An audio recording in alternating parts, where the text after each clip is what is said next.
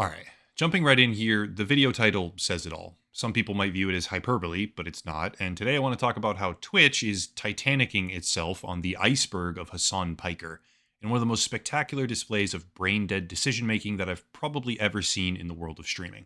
Don't get me wrong, there's a lot of dumb things that happen in the industry, but start to finish, we're watching a business destroy itself in real time, if they don't make substantial changes, that is. And so far, the socio-political atmosphere and corporate environment doesn't seem to be letting them make those changes, which is flat out sinking their public reputation and the entire business model.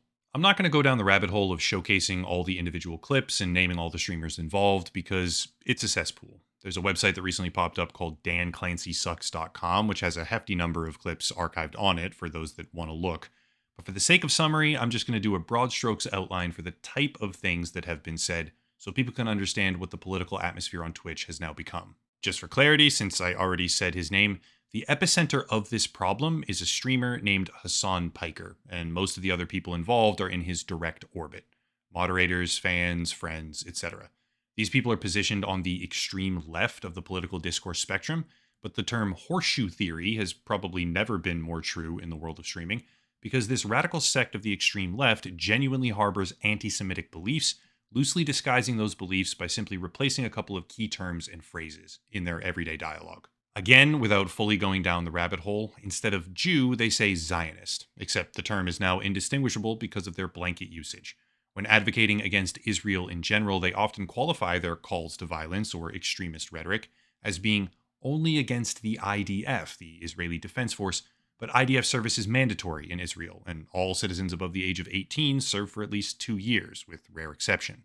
On the subject of conspiracy, this group of political extremists denies the legitimacy of pretty much all atrocities committed on October 7th, blaming Israel for much of that tragedy, if you can believe that, under something called the Hannibal Doctrine. And still further, they directly agree with, support, and platform literal terrorists, or make blank statements against U.S. veterans, wishing that more of them would, quote, get PTSD as a result of their service. There's more, a lot more, but the gist of it is that radical anti-Semitism has grown and festered inside the Twitch community to an extreme degree, which is a problem now coming home to roost as the platform suffers under the self-inflicted strain of allowing radical, hateful, and disgusting content to be consistently amplified across the entire website. With that said, community political extremism isn't the only problem Twitch is facing. On the contrary, the mere existence of extremism probably wouldn't have hurt them all that much if it wasn't happening alongside platform moderation failures, and even more severe, openly disprovable lies at a corporate level, which paint the entire business as being complicit with this kind of hateful conduct. See, it turns out that Twitch was deliberately blocking all signups from Israel beginning shortly after the October 7th tragedy, and when apologizing for this, the company stated, quote, "We temporarily disabled signups with email verification in Israel and Palestine. We did this to prevent uploads of graphic material related to the attack and to protect the safety of users. Signups were not disabled, and we continued to see signups from both regions. Users could choose to sign up with phone verification. We've learned that, inadvertently, we did not re-enable email verification signups for either region." End quote. However, multiple first-hand accounts and code snapshots of the website itself dispute that claim, showing that phone verification was also not working, and that Twitch had seemingly decided to blanket ban the sign-up process completely.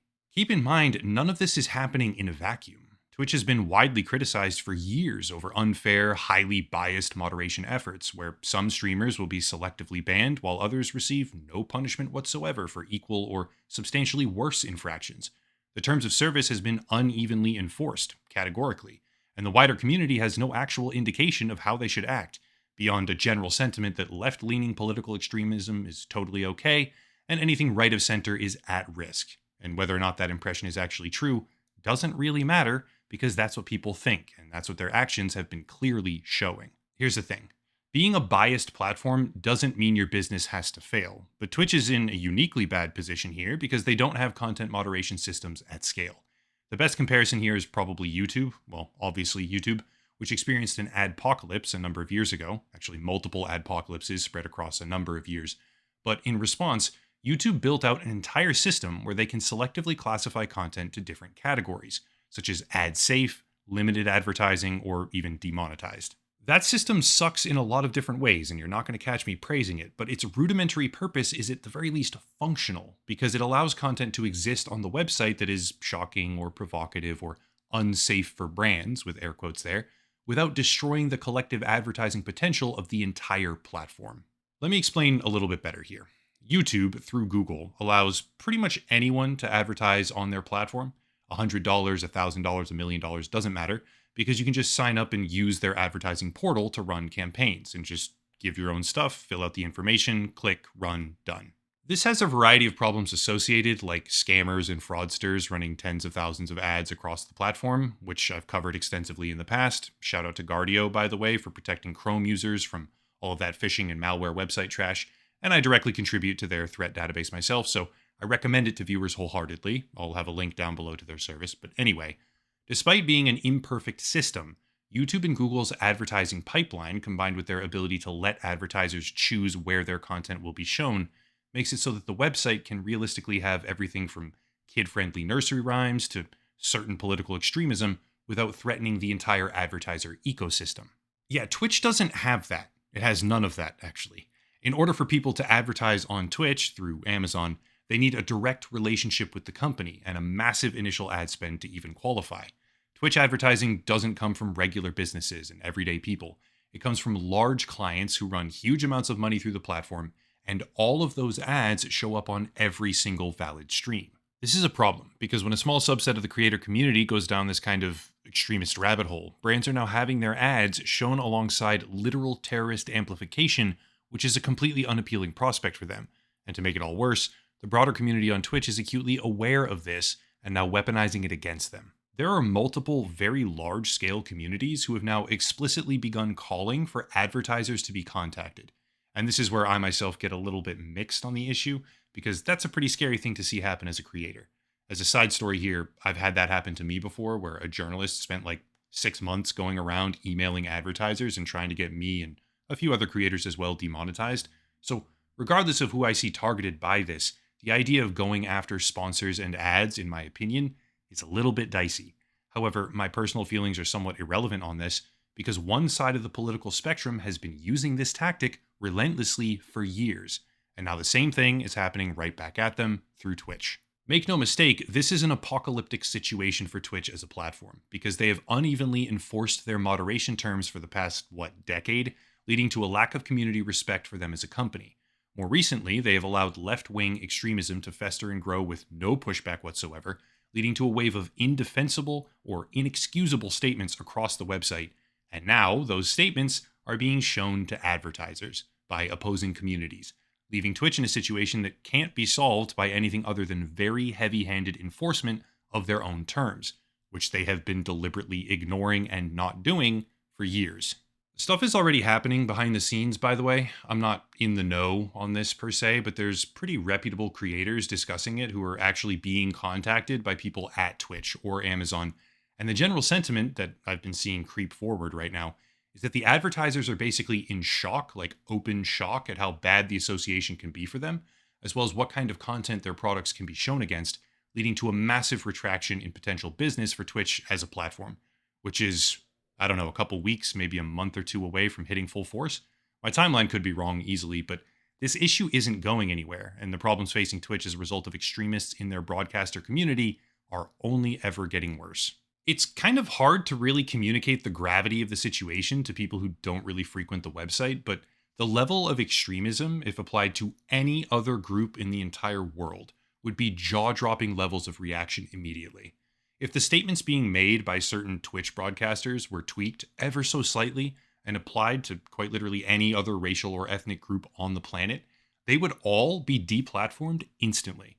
Somehow, the prevailing social norms inside Twitch have degraded to a point where they have completely lost the plot and become a protection racket, really, for heinous levels of anti-Semitism, masquerading as anything other than hateful. And the music is about to stop because advertisers are not going to tolerate this, and weaponization of the advertisers is now a default tactic in the online culture war. Just in case I haven't fully outlined this towards the end, just so there can be no doubt whatsoever, even though I said I wouldn't go too far down the rabbit hole on specifics, One of the largest broadcasters on the entire platform, who is consistently shielded from accountability in every respect, played a straight up terrorist propaganda video live on stream and joked about how they like to put the Israeli and American flags down next to each other and march over them. He refers to it as a musical, unironically propagating it to his audience. And some of the most flagrant TOS like terms of service violations on Twitch that you can possibly imagine for him and a variety of others. And nothing happens to him. I promise you, when advertisers are seeing this as it gets relentlessly spammed to them, rightly, by his alarmed critics, they are noticing and they are taking action. Personally, I find myself pretty much okay with the platform failing outright. It's been going down in flames for years at this point. I stopped streaming back in 2018 for a variety of reasons and watched the dumpster fire ever since. But there's a lot of people that really do just play video games on the website. And they honestly don't deserve to face an adpocalypse because the moderation team and a fringe group of extremists have gone totally unhinged. Realistically, it would be a much better outcome for the platform to wake up and improve while suspending these people immediately. But I just don't really see that happening anytime soon, or it probably would have already. In the end, Twitch is facing a pretty devastating adpocalypse. They brought it on themselves, and the platform is about to undergo either radical changes or crash out fully. One or the other. There's no middle ground. They either change completely, start banning these people, and kind of overturn their entire business model for the past couple of years, or they fail as a platform. That's it. If you want to support the channel, check out the links down below, a special VPN deal, locals and Patreon, other special offers as well. But I'll cut it there and stop rambling. As always, thank you all for watching, question everything, and have a nice night.